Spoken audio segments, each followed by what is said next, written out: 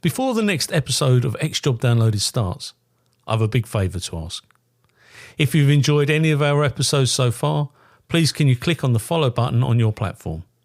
I'm on Apple, Spotify, Google, Amazon and YouTube. It costs nothing to follow, but makes a real difference to me as a podcast producer. Thank you.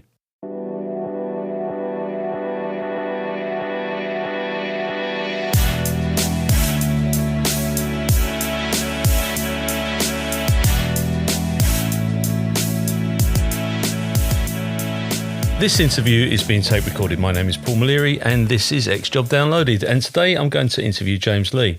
Now, James is a former member of the military and he is now instructing people on how to fly. Good morning. Good morning, Paul. First of all, many thanks for inviting me onto your podcast. Glad to be here. My absolute pleasure, mate. And it's, you know, you've got an interesting life to say at the very least, and we'll get into some of that. But where did it all begin for you, though? I mean, you're from the Wirral originally. Yeah, so from the Wirral, I generally say Liverpool because not many people have heard the Wirral. So up that way anyway. I think it all stemmed from being of a young age at school and reading comics and watching war movies and thought, I want to join the army. And initially, when I remember about 13, 14, I was really keen on joining the Royal Marines. Really keen on it now. I was going out doing the fitness, joined the army cadets and did all that. And and then it came to 16, left school, and all of a sudden, I don't know, it was like you wake up and you thought, actually, that looks like hard work. That looks like very hard work. That's very honest of you, mate. Anyway, I ended up on people remember the older audience, remember the YTS schemes? Yeah, of course. Yeah, so I ended up doing a YTS scheme as an auto electrician in Birkenhead for a Ford garage. And it was all right, but I remember after a couple of years, I did it for 2 years. Towards the end, I just remember it was a dirty job. We were working in a garage and there was guys in there who just worked in there their entire lives. Yeah. And I remember just thinking, I don't want to be like them. And then I think I revisited the military and I thought, this is going to be a way out of here. But I thought, I'm not joining the infantry or the Marines.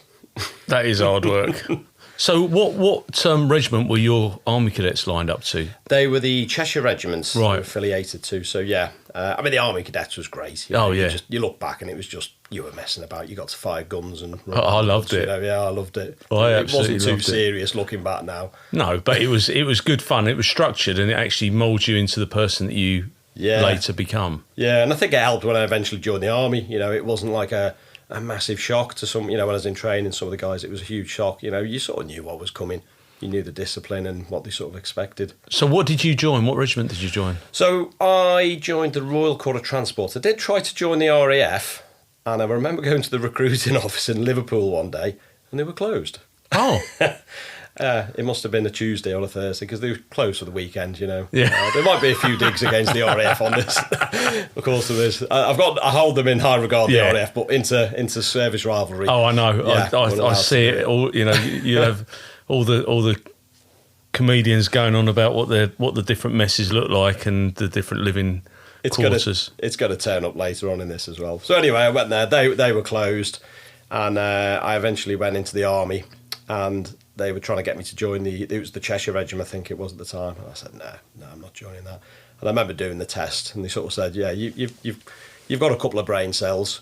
So they suggested the Royal Corp of Transport as a driver. Fantastic. And I thought, driving trucks. I thought, I'll have a bit of that. And they showed us the videos of these really nice trucks and kit, and it was great. And then joined the army, and we were driving things from the 60s. Yeah. Driving these old battered trucks that should have been in a museum back then. Double declutching. Yeah, awful thing. Well, good fun, Yeah. 19 I was when I joined up. Loved it, but looking back, these things were awful. So they put you through all your licences? Yeah, so you do the basic training. I think it was 9 weeks in Aldershot, learning to be a soldier, shooting all that. And then we went off to Leconfield up near Beverley, Humberside. Yeah. The Army School of Mechanical Transport, which I think is now the Joint School of Mechanical Transport. And I could already drive. I'd got my car licence on Civvy Street before I joined up. So I remember did my HGV, started on a Monday, passed on a Friday. And then they do some other training with you, servicing trucks and like military type stuff, tactical parking them up, how to hide them in the woods. And then it was time for a posting. So finished training, and I was posted to 8 transport regiments in Munster. And I remember being at Aldershot. I think it was Monday mornings you were there, and they would read out all the postings, and it was like, Smith, you're off to this place, Jones. And they went, Lee, 8 transport regiments. And I remember them saying, have you upset somebody? I thought, well, that doesn't sound good, does it? Because apparently it used to be a bad boys posting. Oh, really? I think they might have said that about every regiment, to be honest. And because did we have tanks out there then in Munster? I got out to Munster I remember the date, January the 17th, 1990. And the Berlin Wall had come down the year before, I think it was the October. So I just missed the Cold War by about 3 months. Wow. But everything was still in place, obviously. I flew into RAF Gutterslow. There was, I think it was 50, 60,000 troops there when I turned up. So it was still geared up for, the British Army. It was British Army of the Rhine still, I think, yeah. And obviously we'd all turned up. And while I was there over the next 4 years, everything got sort of ground down. But in such a short space of time, we're talking 33 years now, which for me, 1990 seems like only yesterday. But in such a short space of time, we've got no service personnel really in Germany. You only have to look at the issues in the Ukraine. We've got no forward troops. Well, we have, but they're probably sitting somewhere in Germany. But where we had 60,000 as the barrier between us and the Ukraine, we don't have that anymore. Yeah, but if you look at history, that's what military do. I get it. Armies or military are expensive to stand in. Military are hard, expensive to fund. They are. You look at the Second World War, it was drought. I think they were, again, towards the 30s, the military was reduced. And I think about 30, I'm not an expert on this, but in mid-30s, they realised there was a threat with Nazi Germany, and they started building up. But, militaries are not created overnight. No. And again, we're probably heading for that again, to be honest, and we'll probably get caught on the back foot. Yeah, I think you're right. I mean, I wonder if they'll do a call-up. Yeah. Because people aren't... The military, like every element of public sector, are struggling to get recruits. Yeah. I mean, what's the option? You say, right, we'll make the military massive, but your taxes are going up. People ain't going to stand for that. No, not. People aren't not anymore. So I don't know. I'm not an expert on the subject. This is just my personal view. But I think we'll be caught on the back foot. But I think we rise to the challenge. But technology's evolved as well, because the type of warfare that from the Falklands up until Iraq, the warfare has changed now, hasn't it, dramatically? Massively. Well, I think each conflict is different as well. Yeah. You look at Iraq was with insurgents, the Falklands was 2 armies against each other. The Ukraine now, you see with the Russians, I think the Russians have gone in with their old style of training that they did when it was the Soviet Union, which might have worked when they had the equipment. Not so much now. No. They're a shadow of the former self. Oh yeah, they're not the force to be and they're reckoned. still using kit from the 60s. Oh yeah, really, I don't know. And, this stuff's being taken out with a £200,000 rocket. Yeah, absolutely. Yeah. So you're in Munster. You're there for 4 years. What happens next? Well, what I enjoyed about Munster, I'm 19. I'm in Germany. I'm being paid to be there, and it was great. So, like most military, I took the rough with the smooth. We had to do exercises. Did 2 tours in Northern Ireland. Attached to the infantry, which I didn't expect. Around Belfast, driving the armoured Land Rovers and the old pigs around Belfast. Yeah. Great experience. And looking back, I think I was probably a bit too young and naive to realise that it was a fairly dangerous situation, because we'd grown up with it on the TV, and then to actually be on the Falls Road or the Ardoyne was like, yeah, this is great. And I look back now and I'm thinking, I don't know if you could pay me to do that now. You just, bravado, young, I just thought it was great driving these great big armoured vehicles around Belfast. Do you not think, Northern Ireland is a beautiful place, but it's so small, isn't it? Yeah. You get into Belfast and it's literally, it's tiny. Yeah. Well, I've been to Ireland twice, Northern Ireland, and all I've seen was, we obviously flew into, I think it was Aldergrove, and then it was in the back of a van to, somewhere in Belfast. And then it was in a van to, did a tour in Gerwood Park and Woodburn. So I've only seen the bad parts about Belfast. Yeah. I never went out. I never saw anything outside Belfast. I've never been to Southern Ireland, never been to London, never seen the countryside. Oh, it's beautiful. It's on my list of places to go. Yeah, you should do it, mate. You should fly over there and do it, because it is beautiful. And it still has its problems, but my family all live in Galway, so I would say it's beautiful. When you've done your tours, have you been promoted during any of this So I got my Lance Corporal when I was in Germany. And I was there for about 4 years. And like I say, in the background, the drawdown of Germany was going on. And our regiment was to be sent back to Catterick. And I remember me thinking, I'm not ready to go back to the UK just yet. I fancy a little bit of time in Germany. And I remember one of my troop commander spoke to him and said, look, is there any chance of getting another post in Germany? I said, there's nothing to go back for. Because one of the things I did when I was in Germany, like most soldiers, I went to Germany, first summer leave, I was straight back to the UK. And I remember going back to the UK, going to my local pub, and there was all the blokes and girls in there, and they were just stood there in the same position that I'd left like 6 months earlier. Yep. And I just thought, you haven't done anything. And I'd been off and I'd done Ireland, Canada, adventure training and driven around Europe. And I thought, I'm not doing this. So every time I got leave, I went off travelling. I had a friend of mine and I had a car, so we used to jump in the car and we drove down to Italy and Spain and France. And I remember one Christmas, I think it was 92, it was just after the fall of the Soviet Union, or the Soviet Union ceased to be. And we went out to Russia, and I thought, I need to see this before it's full of McDonald's. Yeah. And, we flew out to Russia. Did you need permission from them? Yeah. We had to get... It was still... Because everything was still in place, so we got interviewed by the RMPs and said, when you're out there, they said, don't take any bribes, don't sleep with any women, and if you see anything, let us know. So we flew to Moscow, and then we jumped on the Trans-Siberian Express. It was an organised tour. Fantastic. It was with the German companies, to be honest. It was quite funny. So all the guides were speaking German, and me and my mate were with these Germans going, I don't know what you're on about, man. And, we ended up in a place called Irkutsk, right out in the middle of Siberia. And this is the early 90s. It was grim. It was fantastic to see, but it was, the place was crumbling. We then flew back to Germany. We got debriefed when we come back. And I remember the RMPs debriefed us and said, what did you see? And you were just like, well, all sorts. Did you see any tanks? And I was like, yeah, saw some, And then the following summer, we went to China and did the same thing.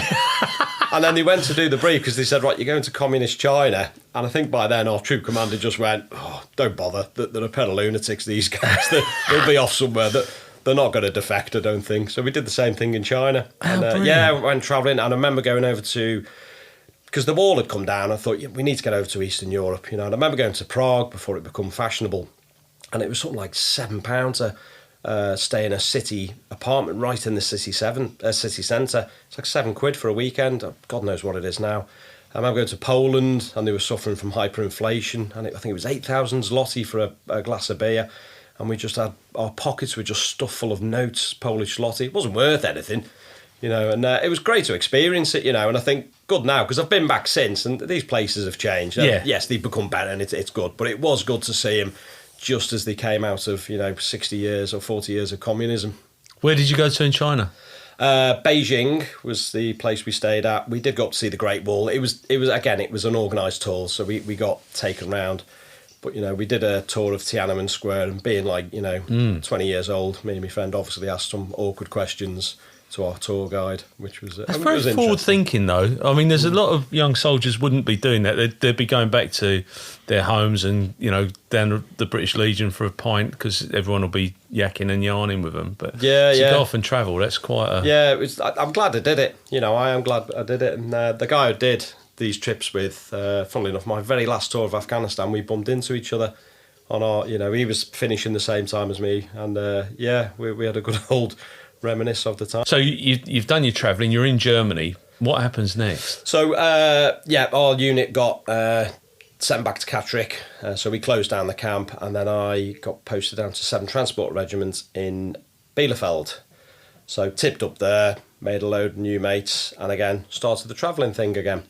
I bought a motorbike by this time. I got my motorbike licence, so I started doing a bit of travelling on a motorbike with some friends. We travelled about.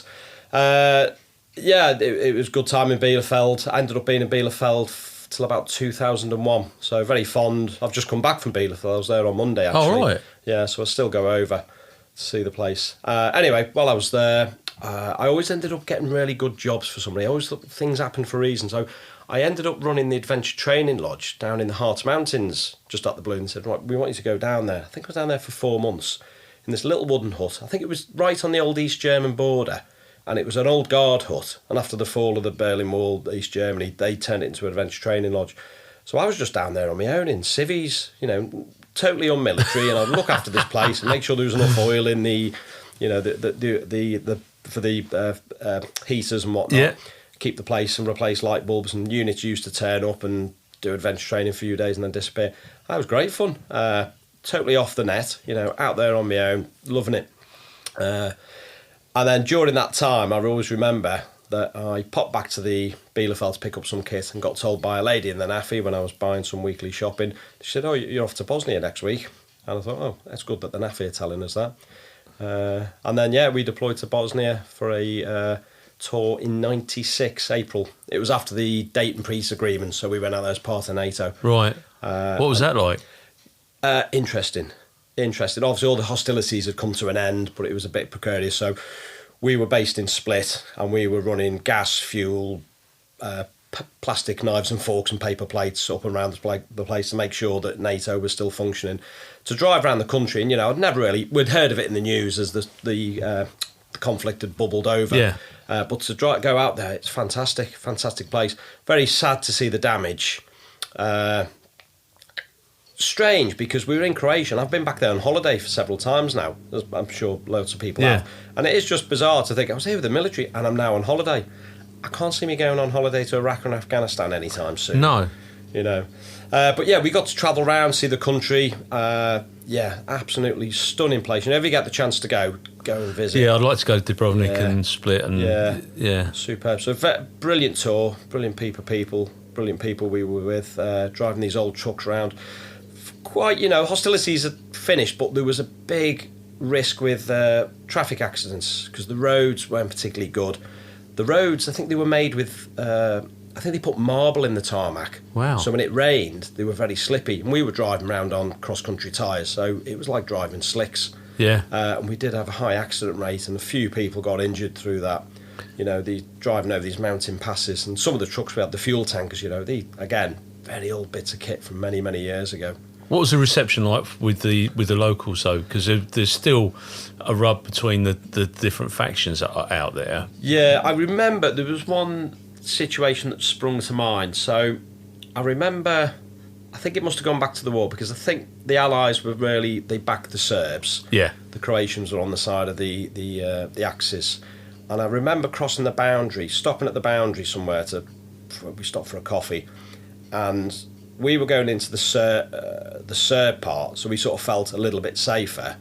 And then the Germans were going from the Serb area into the Croatian, and they were saying they were feeling safer. Yeah. A little bit, you know, and it was quite strange. But generally, the people we met, or the people we dealt with, they were fine.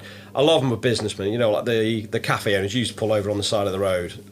You were just money. The Gore come in, have some. They couldn't care less as long as you were spending. Yeah, you were just money.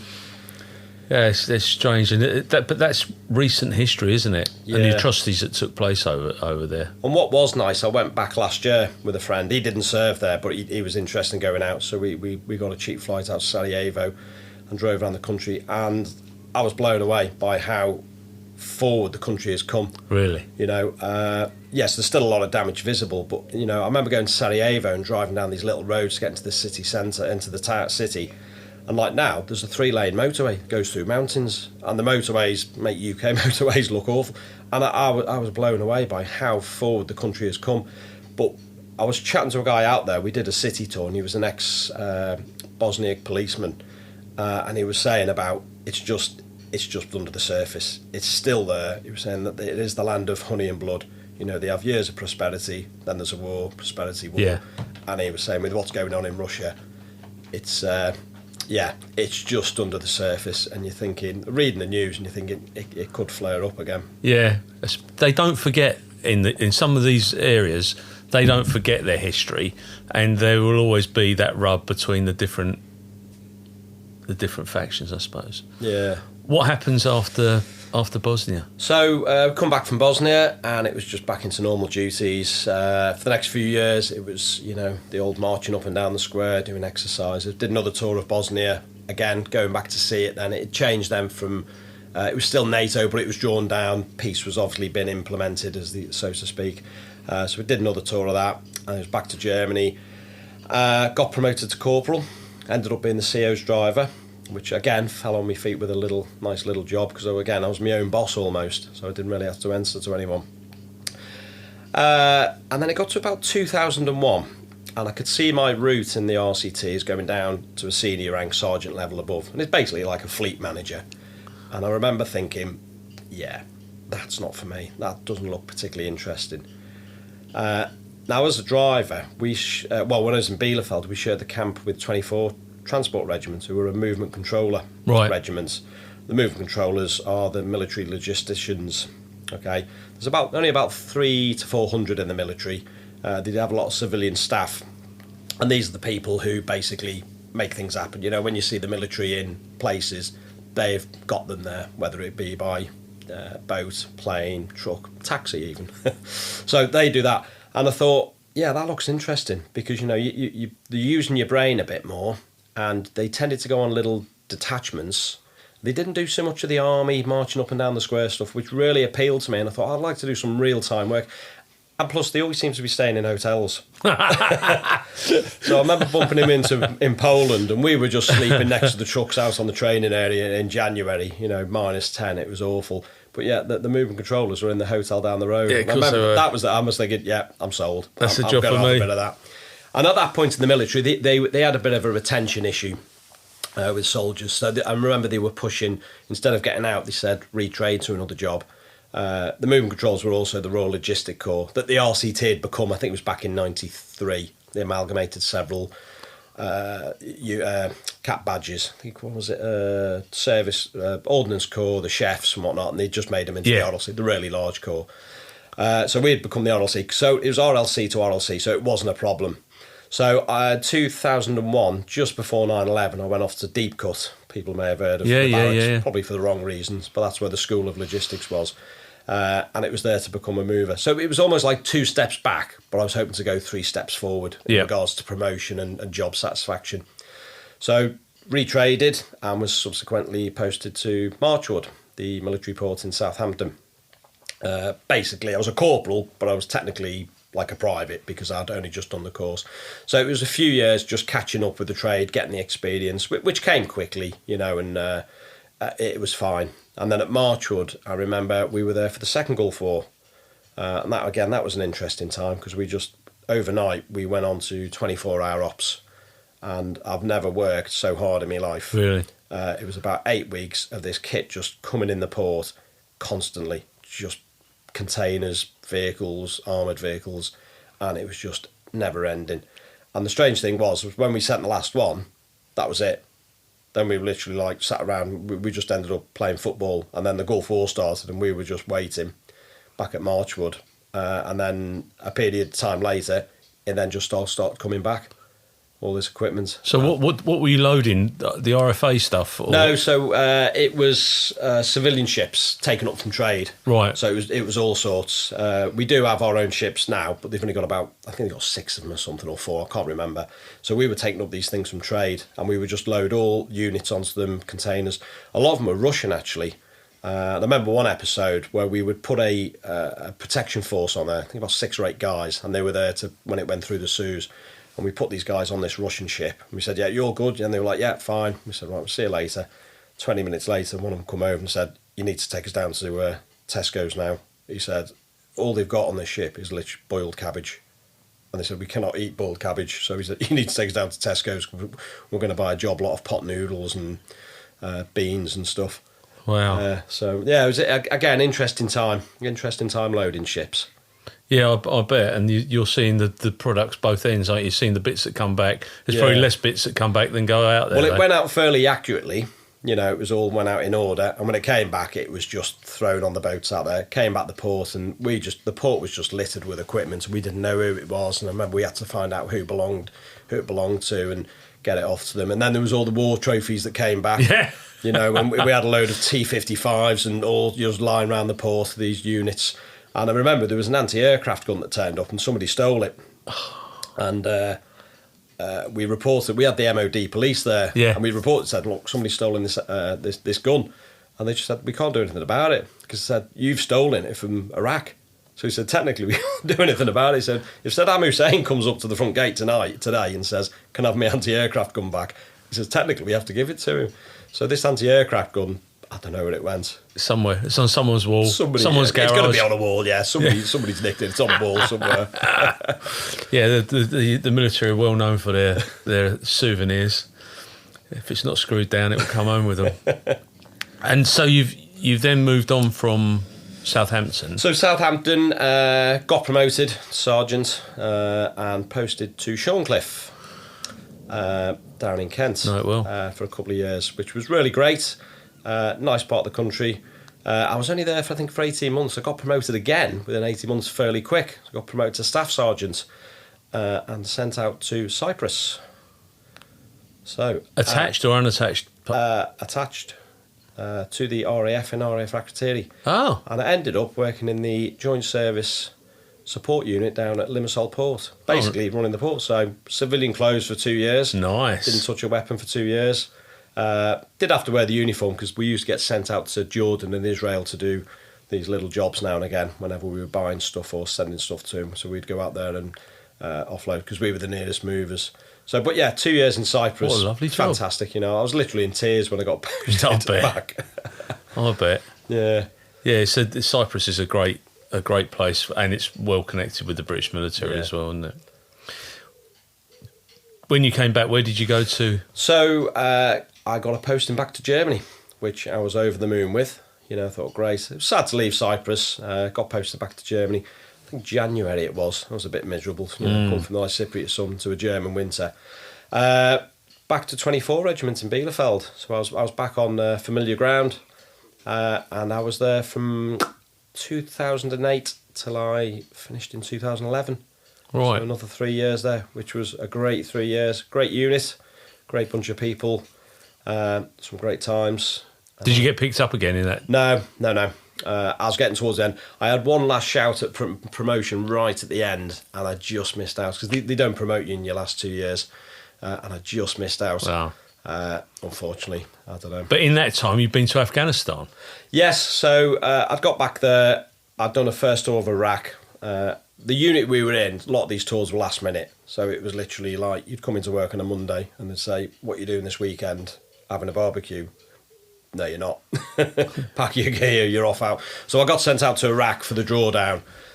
So I was one of the guys out there that did the drawdown of Iraq right at the end. What was that like? Busy. I was only out there for about 2 months, but we moved, I think it was 6,000 people back, and I physically typed all 6,000 names onto a flight manifest. I think we got down to 200. There was 200 left, and then I shipped out. Wow. So, 5,800 names I typed onto a manifest. And all their equipment?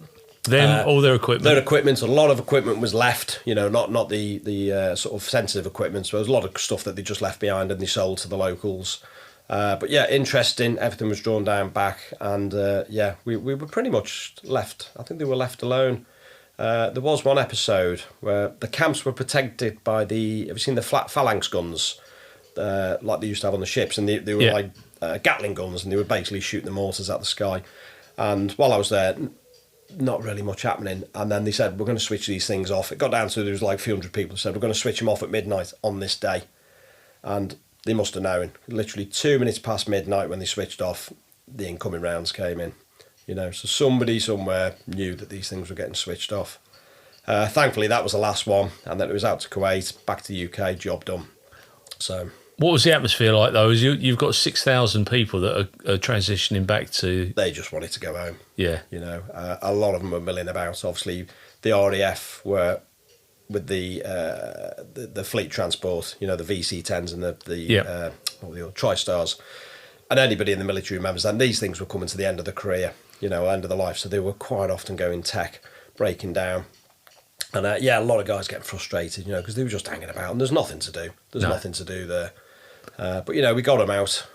We had a bit of fun. I spreaded a rumour about that we'd have to have one person on each flight who was like in charge of everybody, and nobody ever wanted to do it. So I started a rumour to saying they would go down to Kuwait and then they would be put on a charter flight back to the UK, and the person in charge would get a bottle of champagne. So within a couple of days, every time I put the manifest for these people would contact me saying, I'll be in charge. And I was like, brilliant. There you go. I didn't have to pick anyone. Because whenever you pick somebody, said, no, pick him, don't pick me.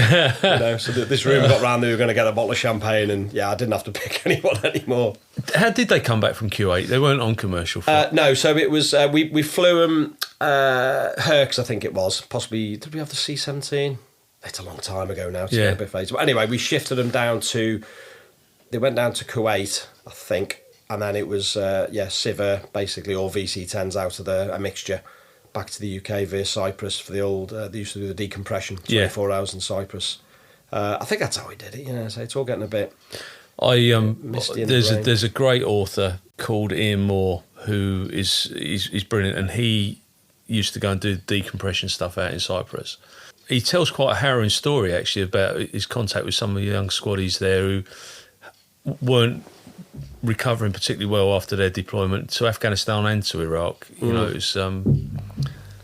it's quite, some of it's quite harrowing. But because the coming back from these tours is, people will probably agree with me, the coming back is quite strange. Yeah. I wasn't frontline troops, but to even just come back and then you just back at home. And then you're just going, right, it's weird. You go down the supermarket and it's just like, life carries on. Yeah. Nobody cares. And if you've lost somebody from the regiment, in theatre, there's almost and I've got friends who have, it's almost an element of guilt. Yeah. I can't imagine what the guys, friends and come back. I can't imagine how strange it must have been. Yeah, and as I say, I've got a couple of mates who have been involved in conflicts where they've lost people right next to them, and there's an element of guilt, even though they've got this big bravado, roughy-tufty front. They find it particularly difficult. So when you're back here, and then you get sent to Afghanistan. So I get another fastball. Again, what you're doing this weekend, going shopping. No, you're not. And I end up in Kabul, attached to the American Army. Wow. So this was the time of Obama did a troop surge into Afghanistan, and somebody somewhere thought there might be an issue. This stuff's coming in by air, it's coming in by land. There might be an issue getting this stuff coming in, bottlenecks going into the country. So a few of us got deployed out there. There was a couple of us up in Kabul, attached to the American equivalent of the movement controllers. I had a friend of mine who was down on the border.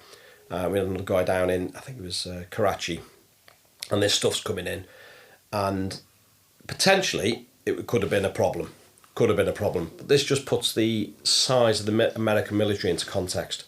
So the job I was doing was monitoring the land route from Karachi up into the Afghan border. And there was 2 border crossings. There's a southern one and a northern one.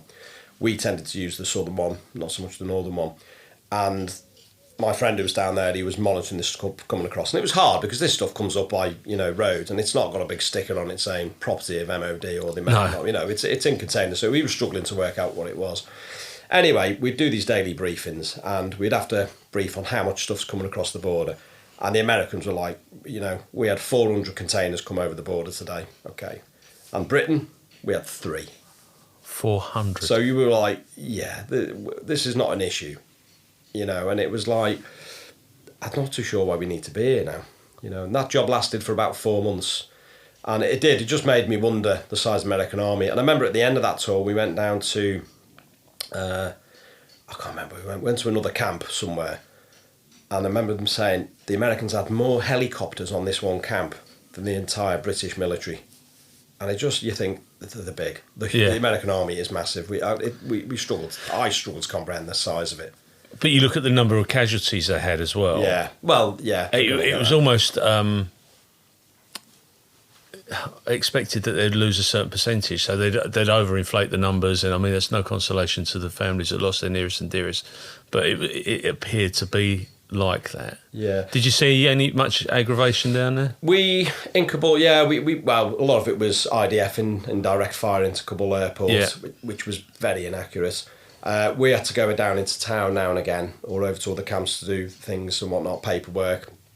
And I remember the Americans, they were on the camp in Kabul. It was a NATO camp, and they didn't like the cuisine. You know, they couldn't get on with sausage rolls, and you know, they were trying to cater for all European tastes. So there was a lot of French food and, you know, sausage rolls and pasties and stuff, and they couldn't quite get it with it. And there was a camp in Kabul, and they used to go there for burgers. And they used to say to me, "Do you want to come with us over to this camp for a burger?" And I remember thinking, I'm not leaving the safety of the camp for a burger. No. You know, I'm not going to lose my life for the sake of a burger. And I always turned them down. And we did lose a guy out there, was an American guy, who was our IT guy. And they used to travel around the town a lot in just armoured Toyotas. Yeah. And they were provide a taxi service. And I remember him, he had to go over to one of the other camps to get some stuff, and drove past a huge IED. You know, this armoured Toyota didn't stand a chance. You know, killed the crew. And it was probably the closest I got, because I remember I was dealing with him a few days. You know, I was getting him to burn me some CDs for work, wasn't music and stuff. You know, and he had these CDs, and you know, and then 2 days later, he's dead, and it brings it home a bit. Yeah, it does. And I just think of all those tragic losses. If I look at the news now and the issues that they've got in Afghanistan, I wonder sometimes whether all those lives are worth it. Yeah, I agree. That's terrible. That's a terrible thing to say. It is. You know, you just think, did we lose the will? I think, have they done this to make me think, you know, the Afghan will probably, or the Taliban, will they, you know, defeat themselves? Will they turn on each other? And would it be cheaper to let them do that? Lots of things go through my head, and you do think, what was it all for? You know, but I think after 20 years, you know, people can get war weary. Oh, massively. You know, populations, governments, you know, countries. I suppose that certainly with the Americans, their politics are aligned to conflict in a lot of ways, and the popularity around the conflict in Afghanistan was dwindling, and whether it was a vote winner or a vote loser, I don't know, but. Yeah, it's bloody sad. Because you've written your book, Licking the Taliban's Flip-Flop, which is available in all good book outlets. Well, Amazon. Self-published. Self-published. So, this will bring me on to the sort of twilight of my career. So I finished in Germany, and I managed to get a posting finally back to the UK. Ended up doing 24 years in the military. And the last few years I thought, right, I need to go back to the UK, because I need to sort my life out. I need to think what's next on the agenda. So I got back there, and it was 29 regiments in South Cerney, and it was a little bit back into the marching up and down the square, you know. And I thought, this is going to drive me bananas. And at this point, I know I'm not going to get promoted, so I'm starting to basically switch off. You know, I'm thinking I'm not particularly interested. Just do the time, take the pension. And in the unit, and it was just a bit grim. And I thought, this is going to be a bit sad for the last 18 months. And anyway, I heard about a job they're deploying to Afghanistan, and they need basically an ATLO, Transport Liaison Officer, in Kandahar Air Base. Little debt, one staff sergeant, a couple of lance corporals, and I thought, I wouldn't mind that. So I went to see a friend of mine who was the ops warrant officer, and she got me down for it. And I was thinking, you know, last tour, bit of extra cash before I get out, brilliant. What could possibly go wrong? So, deployed there in the November 2011. And it was an interesting tour. So 6 months up at Kandahar, a lot of indirect fire every 2 to 3 days. But again, not very accurate. Initially, you think this is going to be quite bad. But I think Kandahar then, the population was 30 to 35,000. This camp is massive. You know, people say Bastion. Just the camp? Yeah. I drove round it one day, and it took me an hour and a half to drive round the perimeter. Wow. It was huge. And you think, when I was there in 6 months, they killed, I think, one guy with IDF. There was more heart attacks than there were people. Right, yeah. The biggest threat, to be honest, was getting ran over, because a lot of the camp wasn't lit, it was dark. We did have to wear this high vis, because, you know, people driving around in these 15-ton armoured vehicles, you know, and if they run over you, then all they're going to know is that one of the tyres has turned to it's got a load of tomato ketchup around the tyre. So on hindsight looking, the IDF was coming in, and but the biggest threat was being ran over or possibly dying of a heart attack. So 6 months out there, good tour, interesting. My job was basically loading the aircraft. So we'd have inter-theatre flights. We'd have these Hercs that were based at Kandahar. They weren't based at Bastion because they had no real estate. So they were based at Kandahar, and they would fly from Kandahar, Bastion, Kabul, and they would just do that 2 a day, 1 at night, I think. And we would basically process the manifest and put people on. We were basically like a military wing of Rhine check-in staff. Yeah. And this was open to all sorts of, all NATO. So, we'd get mostly Americans, but we'd get Germans, all sorts. We'd put them on these aircraft. And it was interesting because it would be like 2 hours of really busy and then nothing to do for 6 hours as this aircraft went off and flew around Afghanistan. Then it would come back and we'd get the people off, put them on a coach, take them back to the terminal. Now, at this point, there was a lot of civilian contractors out there. And this is what I was thinking, I need to make some notes of this because it just seemed to be a bit absurd.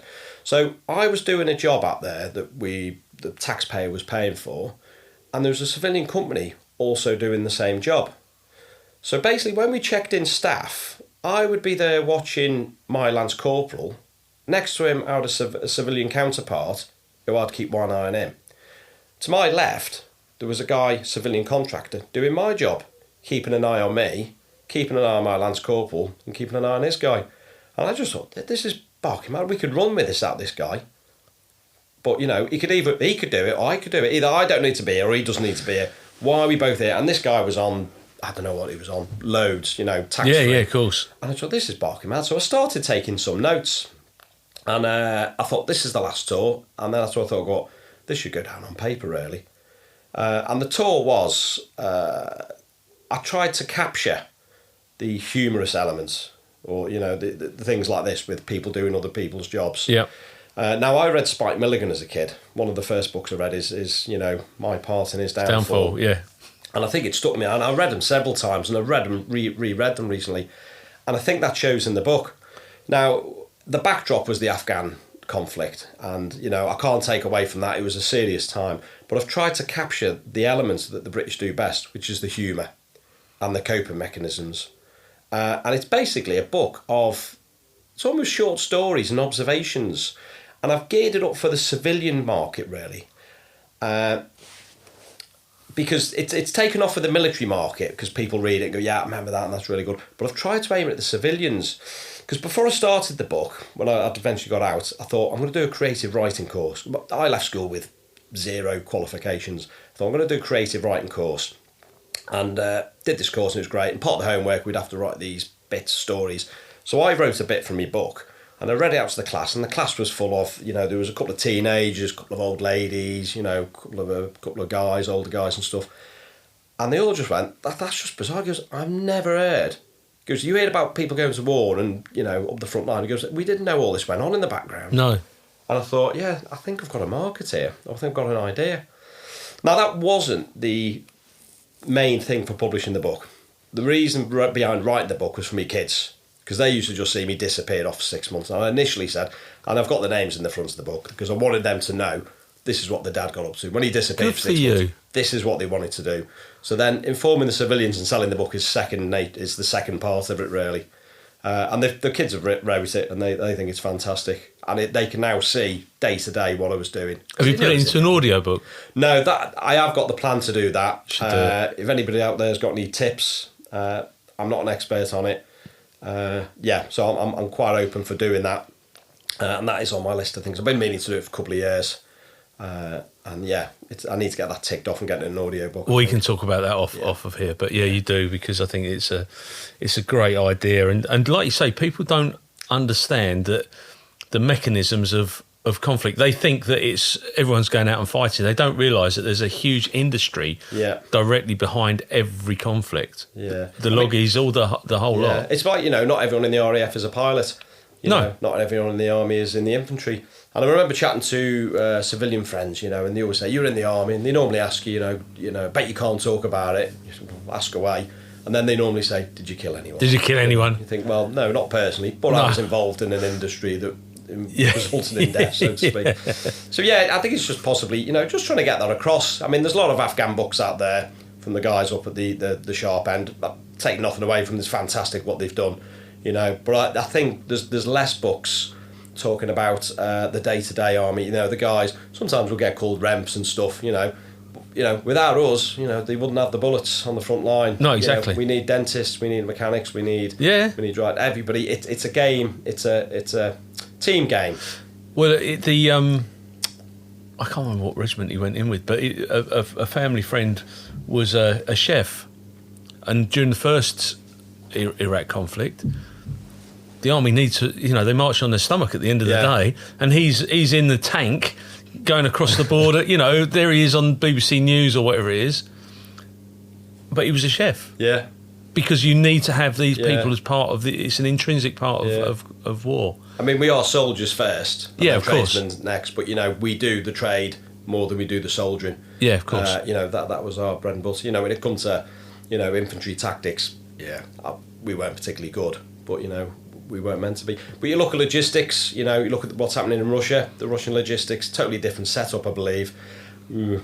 Debatable how good they're doing. I wouldn't be surprised they're being sent snowplows in the summer and air conditioners in the winter. That's what you can end up having, and it just goes pear-shaped. What was it like when you transitioned out? How did you feel when you handed across your ID and all the stuff that... So it's actually quite a fairly long process. So you do need to start thinking quite far out what you're going to do. There's quite a lot of options open to you. There's quite a lot of free training, and but you've got to go hunting for some of it. It's not always offered it up to you on a plate. And I thought, right, I'm going to be out. What am I going to do? When I was in Afghanistan, I did a logistical course, a humanitarian aid course. It was military paid for it. I had a bit of time out there, so I did that. And at this point, I thought, I've no idea what I'm going to do. And I was always a big believer of things happen for a reason. Yeah. Anyway, come back from that tour, and this was right. I'm now in the last few months, and I remember I'd always wanted to fly a plane, always want to be able to fly, and I basically never had the money. I've been diagnosed as colourblind when I was early days of being in the army. I went for air dispatch selection, the guys who chucked the kit out the back of Hercs. And that was the days. Remember, you used to do the eye test with the dots. Yeah, that's right. I did it, and I couldn't see the numbers, and they just went, "Yeah, you're colourblind." And they went, "You can't chuck things out of back of planes because you need to tell the difference between red and green, so you can't do it." And I thought, okay, well, I'm never going to fly. And I thought, what I'll do, I'll go and get a medical. And I did the medical, and he said, "Yeah, colourblind." He said, "You can fly, but not at night." I thought, well, that's all right. Okay, so I went off to do my private pilot's licence down at Kemble, because it was the RAF flying club down there. And while I was learning to fly, I started off with an RAF instructor, nice guy, it was a bit boring, he was all right. And then there was an ex-army guy, well, he was still army actually, and he was air dispatch, funnily enough, and he was a good laugh, and I ended up learning to fly with him.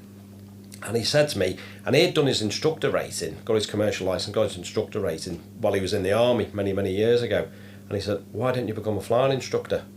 And initially I thought, you're having a laugh, aren't you? I can barely just keep a plane straight and level. And he says, they're crying out for him. Everywhere, they're crying out for him.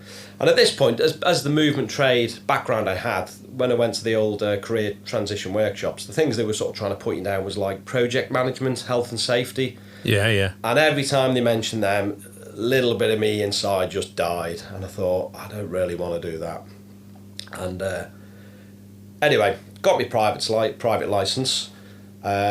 Coming back onto the transition part for getting out of the army, I handed my kit in about 3 months before you actually get out. So the last 3 months, it's like gardening leave. Actually, I think I blacked it. I got about 4.5 months actually. Right. At this point, you're just thinking, I'll take the money and run.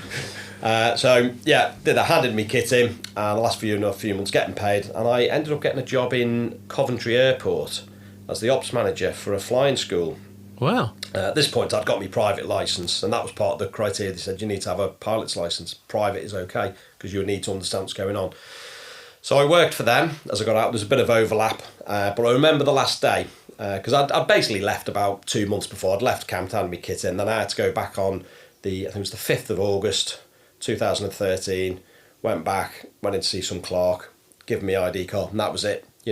You don't expect a fanfare, but you just hand your ID card in and just drive out the camp gates and go, that's a bit strange.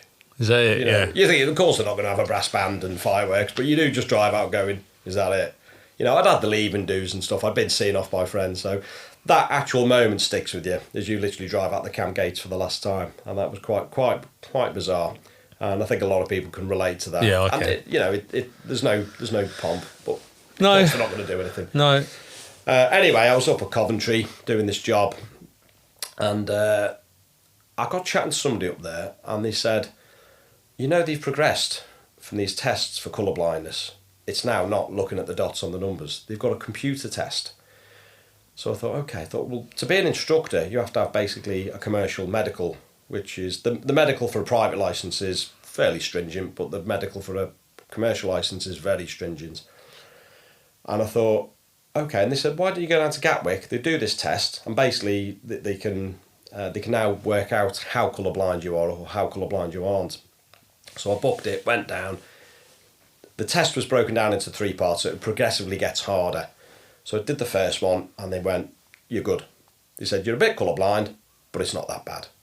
Because I was always thinking, I can tell the difference between red and green, not a problem, you know. I can tell that's a red light. You know, if there's a problem, I'd have had lots of car accidents by now. And I haven't. That's right. So, I passed that and thought, right, okay. So I then got my Class 1 medical for the commercial licence. At this point, I'd met my current partner and we decided to move in together. I was living at Coventry, she was living in Somerset, and we decided to move to Kent and move in together. And I said, right, I'm going to go down the commercial route, which is going to involve a few years of training. And she was really supportive. Her dad was ex-RAF, he was an ex-air pilot, so she was like, oh, great, yeah, you know, do it. So we moved down to Kent, and I had to go back to school for 6 months. And it was at Stapleford up in Essex. Yeah. And it was back in the classroom for 6 months to do the ground school. Now, anybody who's thinking of going down the commercial route, the hardest bit is the ground school, because it is literally, it's the passage into the Guild of Pilots. It's there to keep the idiots out, because a lot of the stuff you learn on it is useful, and you need to know. A lot of your stuff you learn is just, you think, why are we learning this? Yeah. But it's there to keep the... it's a fire break. Yeah, it keeps the lunatics out of aviation. And a lot of people find it hard because it's 6 months in the classroom. You know, you're not earning. Thankfully, I had a pension and my partner, she was working, so it was tighten the belt time, you know. Yeah. But I ended up in this classroom for 6 months. There was me, I was about 43 at the time, and I'm in this classroom with a load of 18-year-olds. And there was another guy in there, actually. He was an ex-banker, he was about 33, so I got on with him all right. But, you know, all these 18-year-olds, all these kids, and they used to drive me bananas because they lived on site and they were constantly late every morning. And I'm sat in the back going, just turn up on time, just turn up on time. So that was 6 months. It was hard. Very academically, really hard. You know, I had to go onto YouTube and learn how to do algebra again and trigonometry. No. You know, but I knuckled down. I didn't learn it first time. I wouldn't be able to learn it again. Well, I think I skipped school that day. So 6 months of hard work, and I finished. And me and another guy, we finished first. We finished bang on about just under 6 months. Some of the other guys, they failed and had to go back and do resits. And I was quite chuffed. I passed everything first time, done pretty quick. And then that was the easy bit, and the next bit was just, you know, build some hours, which was quite cool. So I did some trips with a friend of mine up to Scotland, over to Europe, tried to make the most of it, building the hours and going places right around the UK. And then it was onto the commercial licence, which is, at that point, you can fly. It's flying accurately. So you get a private licence where you learn to fly, and you can learn from fly to A to B.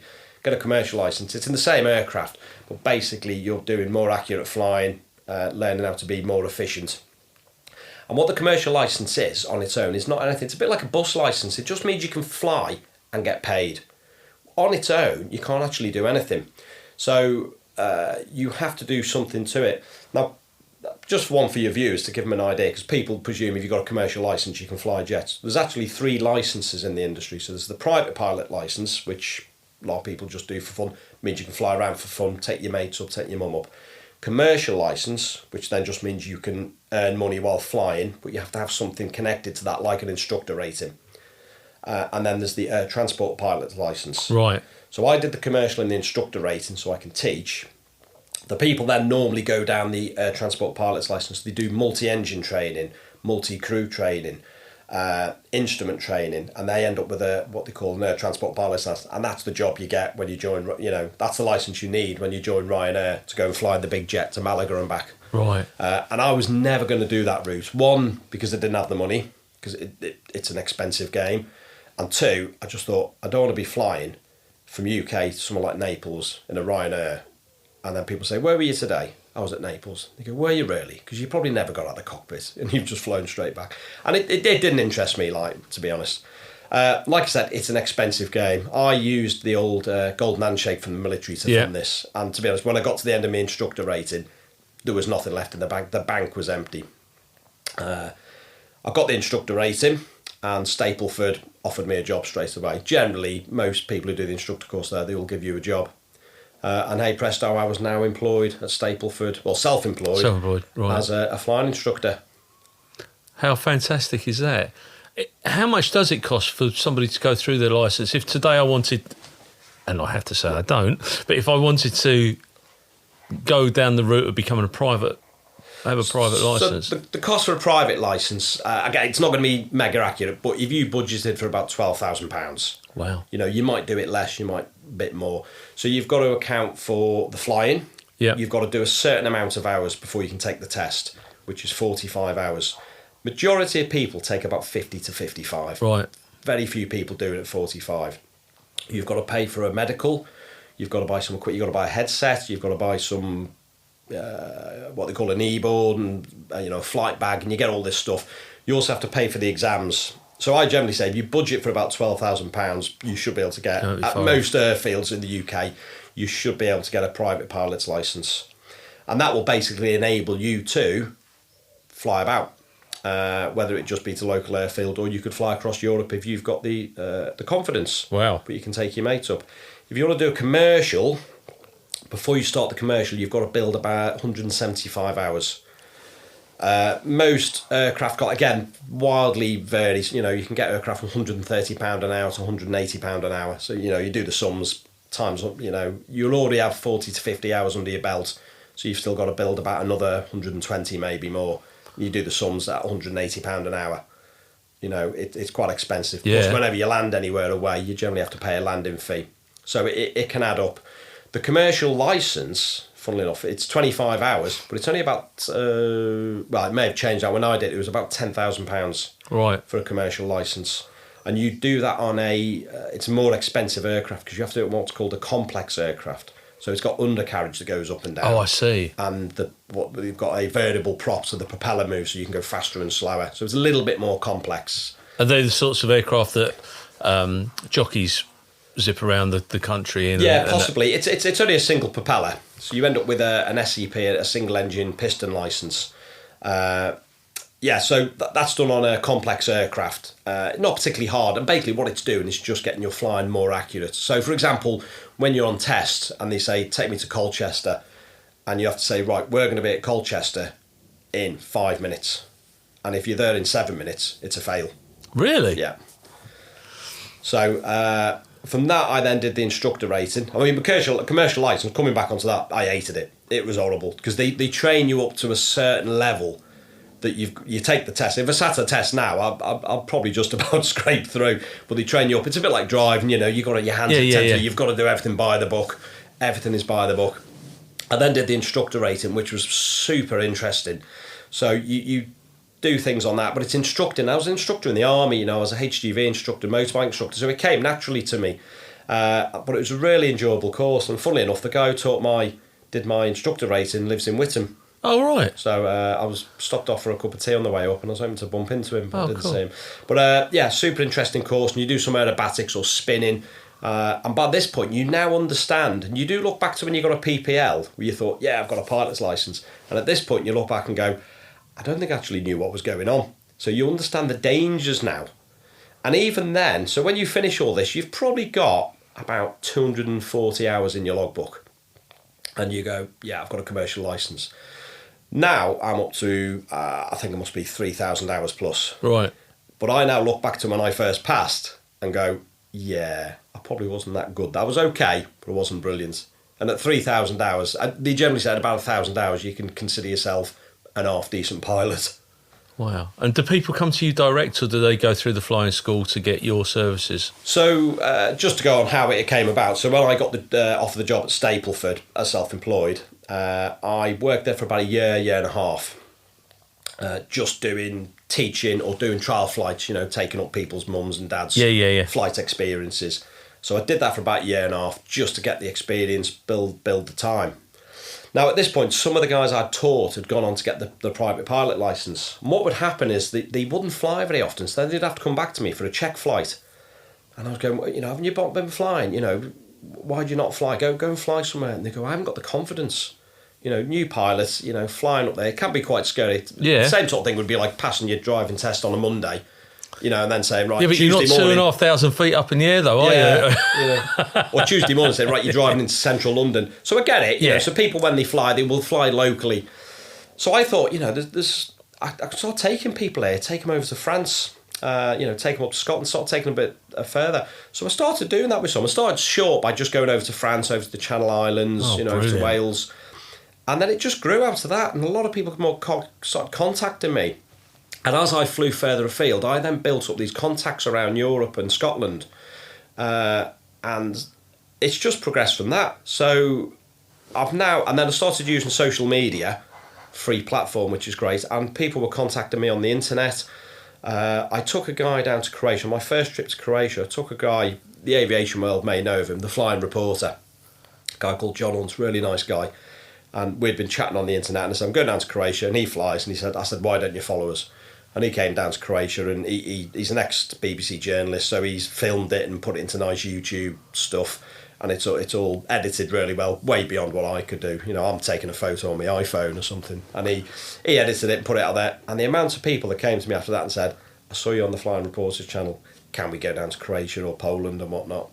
And it's just come from that. So I still do instruct him. That's still my bread and butter, but I do a lot of trips. So I've literally just come back from Germany yesterday. So went out on Monday to Germany, night in Germany, then went down to Austria, then across to France, and then got back yesterday about 6 o'clock back into Stapleford. Wow. With 2 PPL pilots who just wanted to go to Europe.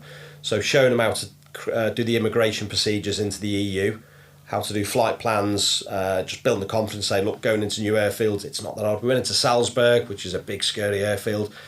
On paper, reality is it's probably the easiest airfield to fly into. And they're now going, we'll do that on our own. So they're now planning How brilliant in a few is weeks that? to jump in a plane and just do it on their own. What sort of aircraft do you fly over? So just single engine planes. The main ones we fly, people have heard them, the old Cessna 172 or the Piper Warrior. These are the aircraft of choice from flying schools because they're fairly tough, they're cheap to run, they use an old style technology, carburettors, keeps the cost down. Easy to fly. They're not going to do anything dangerous. It's not going to flip you out the sky. If it all goes pear-shaped, you just let it go of the controls and the plane will literally just fly itself. Really? Yeah. So, super reliable. Yeah. Schools like them, and people some go on to faster aircraft. Basically, the faster you go in a plane, the more cash it's eating. You start putting superchargers on and fuel injection, the price goes up and up and up. But I do get a lot of people who contact me who own their own planes. So you get a lot of... always seem to be ex-IT people or bankers, and they've bought a plane, and again they just need that pilot sat in the right seat, confidence boost. Yeah, confidence building really. And I've met some fantastic people over the years, and I've been to some fantastic places. I've been offered ferry flights as well, which I've done the odd one, but one of the things I don't like doing is flying over water in a single engine plane, because if that propeller stops, you're going in. There's only one place you're going to. Yeah. And I got offered take a single engine plane up to Iceland, and I just went, nah. After being in the military for that long, because you go up that way, if the engine stops and you go in the water, there's no lifeboat coming to get you. No. You're just literally writing your will in the water. And I suppose the hop from the UK to France is so minimal. Yeah. You could glide across the... Yeah, 6,000 feet. You go Dover to Cap Grenay, which is the closest point. Yeah, 6,000 feet. If there's a problem, you can glide either side. There are times when you have to go over the water. I've been across the Adriatic. They've got the military have danger areas, for example, and if they're doing things in there like dogfights, you can't go into it. So I have found myself having to go across the Adriatic, which is 60 miles, I think. Sometimes you can't get round, but you prepare for the worst. You've got a life jacket on. If you've got a dinghy, you'll have it in the back, and you've got a plan. You keep the fuel pump on, and you just That's think, amazing. If we go in the water, we're going to find a boat. Hopefully, we'll put down next to that. And how many times do you have to stop then? If you're flying to Croatia, how many stops are there on that? Well, the planes they're not particularly big inside. These aircraft are probably 40 years old. Right. Don't think it's 40 years old like a car. It's 40 years old, but it's got they replace the engine every X amount of years or how many hours. Yeah. When it's going to get to major service, the wings come off, it gets stripped down and put back together. So think of like a Ford Cortina, not particularly big inside. They're not bad. No, all the aircraft are different. We do them by endurance, not distance, because, you know, people say, how far can you fly? Well, it depends what the wind's doing. If the wind's behind you, you're going to fly further. If the wind's on your nose. So we do it by endurance. So these are most aircraft, the big ones I fly, they will do about 5 to 6 hours before the propeller stops turning. Wow. However, you find after about 2 hours, you know, you need to be on the ground, you need a stretch the break. legs, need the toilet. I've done some 4-hour legs, but they're quite hard. So generally, if we go to Croatia, it's normally over the water, clear customs at Lituke or Calais, because you need the stamp in the passport.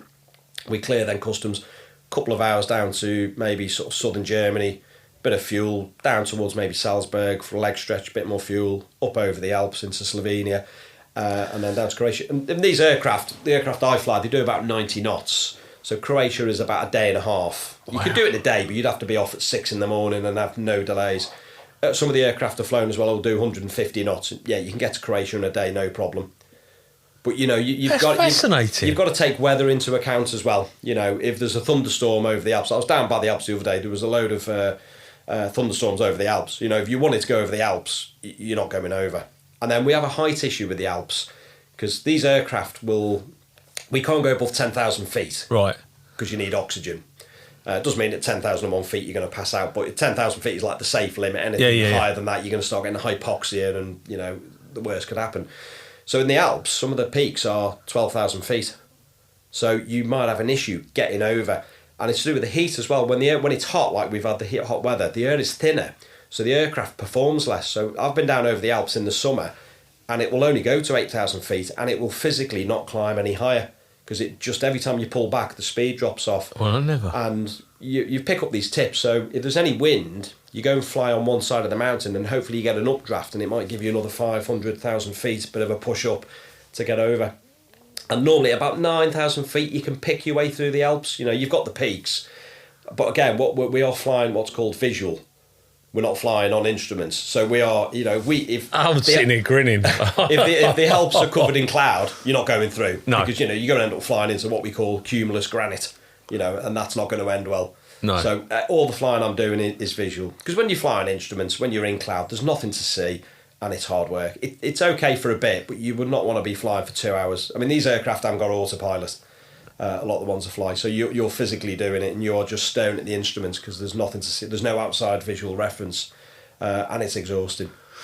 Did you see the thing with James May when he took the Top Gear team, that he flew them back from, I think, Austria or somewhere like that, or through in a single engine? I mean, I'm sitting here grinning ear to ear because this is boys' own stuff. It really is. Yeah. When you join the army, if anyone has said to you, these are the great things that you'd be doing, how would you approach that? What would you say? Probably not believe them. You know, I do sometimes on a couple. Like it's like, you know, this time yesterday I was down in southern Germany, you know, flying back, and I'm now sat here with you. And I do sometimes, you know, you get back home and you think, oh, flipping heck, I've just really done that. I mean, sometimes I go to Holland with people and we have lunch, and you get home. I'm back home for 3 o'clock, and people say, where have you been? I went to Holland and had some lunch. I go, really? Yeah, it's an hour and a half.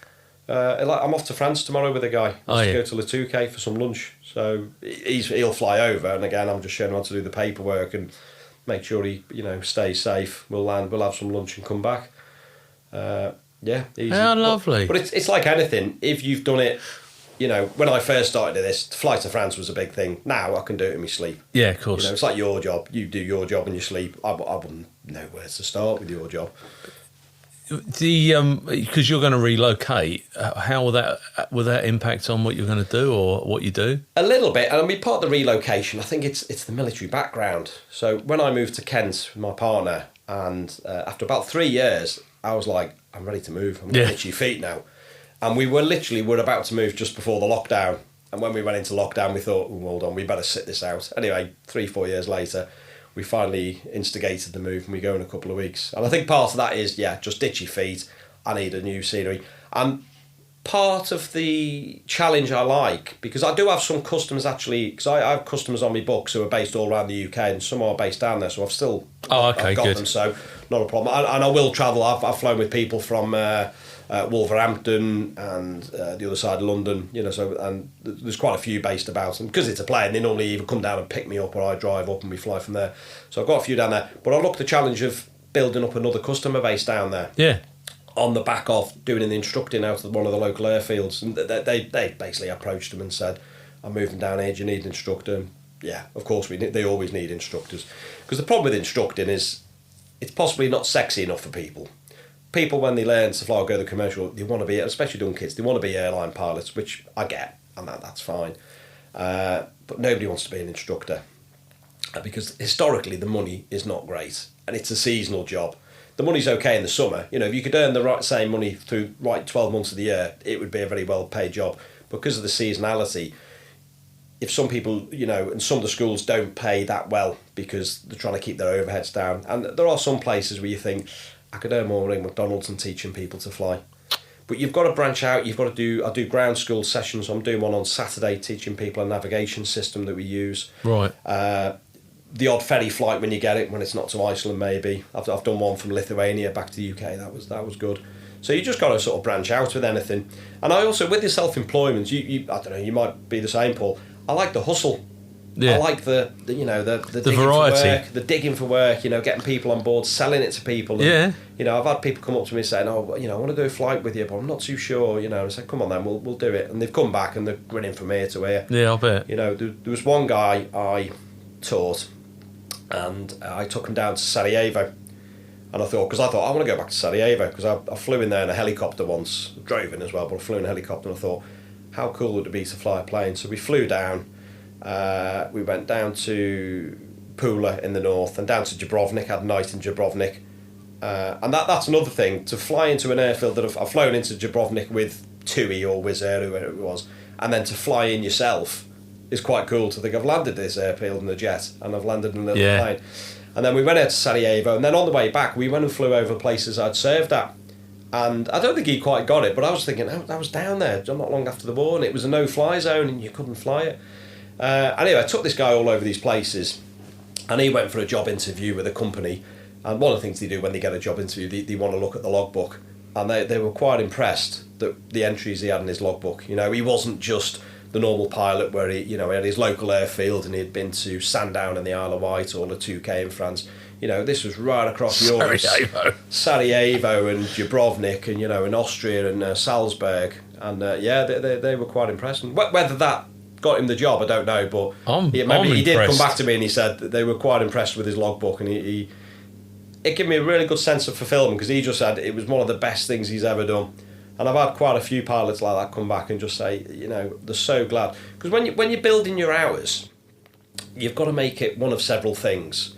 You've got to learn from it, because there's no point, if you've got to build hours and experience, there's no point just taking off from your airfield and literally just flying circles in the sky. You're not going to learn anything. So you've got to learn things. You've got to challenge yourself. So you've got to go outside your comfort zone. You've got to go and fly to a new country, new airfields. But I say to them, above all, you've got to have fun. Yeah. Because you're going to be in that thing where you're just flying a plane around, and you're never going to get that far. Because when you start flying for a living, it's got a potential to become a bit mundane after a while.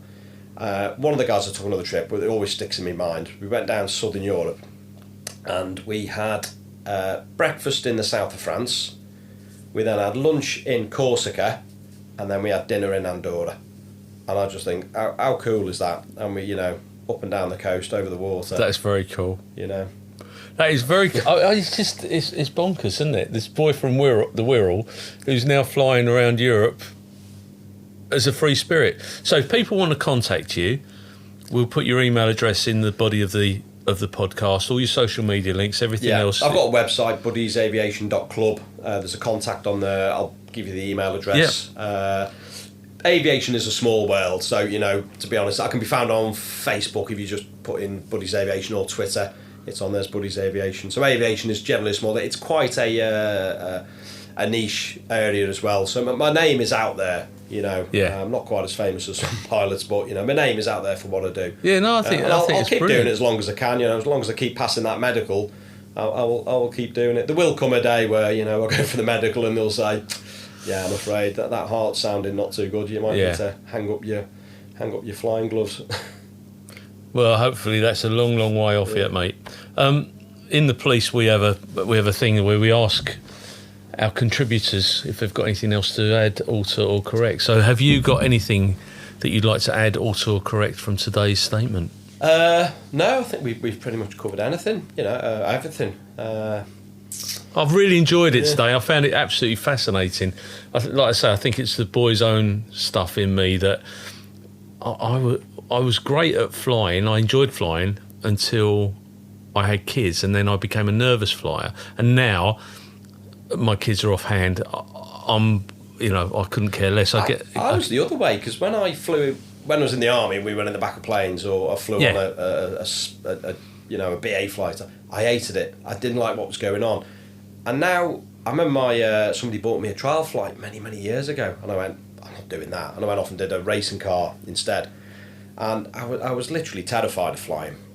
And then I think what it was, I didn't understand the mechanics. Yeah. I didn't understand what's going on. And now I do. So when I remember after jumping onto a jet, after I'd done a little bit of flying, and you get these sensations, and you can, in your head, you could see what the pilot was doing. Yeah. When you suddenly go light in your seat or a bit heavy, he's pushing forward or pulling. And you understand the mechanics of the wing and stuff, and you think, yeah, we're not going to fall out of the sky. No. If something goes wrong, we can become a glider. I've got a fear of heights.